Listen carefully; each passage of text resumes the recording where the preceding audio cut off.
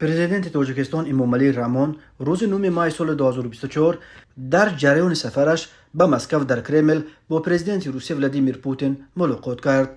در این دیدار دو رهبر بجز از مسائل مربوط به همکاری دو کشور همچنین حمله تروریستی در تالار کنسرت‌های کراکوس و وضع خیلی پیچیده گشته مهاجران تاجیک را در روسیه بررسی کردند. امامعلی رحمان مسئله های مهاجران تاجیک را خیلی حساس نامید و گفت حمله تروریستی در کراکوس که اکثر متهمانشان زادگان تاجیکستانند به آبروی تاجیکستان ضربه خیلی جدی زد. او در آغاز دیدارش به پوتین گفت من امروز میخواستم به شما برخی مسائل از جمله مسائل مربوط به مهاجران کاری ما را بررسی کنم.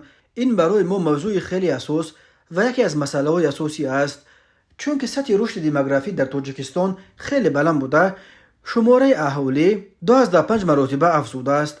تاجیکستان یکی از آن جمهوری‌های سابق اتحاد شوروی بود که ارتش شوروی را در وقتش با بتالون‌های کارگران ساختمان تامین میکرد.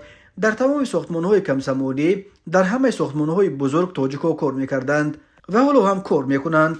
به خصوص در رشته ساختمان تاجیک‌ها یک خلق قدیم‌ترین بوده، تاریخ و فرهنگ و تمدن قدیم دارند و آنچه که رخ داد برای ما مطلقا غیر قابل قبول است.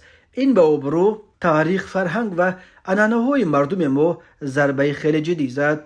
ما در آینده نیز با شما در این مسئله ها همکاری زیاد خواهیم کرد. پوتین به نوبت خود به امامعلی رحمان برای آنکه یکی از اولین‌ها شده بعد حمله کراکوس به او زنگ زده اظهار سپاس کرد. در پی بررسی موضوع مهاجرت بنا به گزارش خدمات مطبوعات پرزیدنت تاجیکستان در این زمینه، جانب‌ها جهت تقویت فعالیت وزارت و اداره‌های مربوط دو دولت در سمت‌های مذکور به موافقه رسیدند. ضرورت از جانب اداره‌های دخلدار اندیشیدن تدبیرهای مشترک مؤثر جهت رفع مشکلات در سوی مهاجرت کاری به وجود آمده به خصوص تاکید گردید. موافقه حاصل شد که به این خاطر ایت‌های بلندپایه هر دو جانب در ملاقات‌های نزدیک مذاکرات دایر نمایند.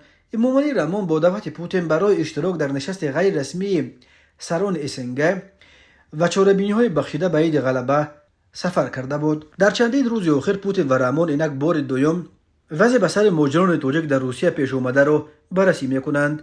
این موضوع یکی از موضوعهای اساسی صحبت تلفنی آنها در روز 3 ماه هم بود.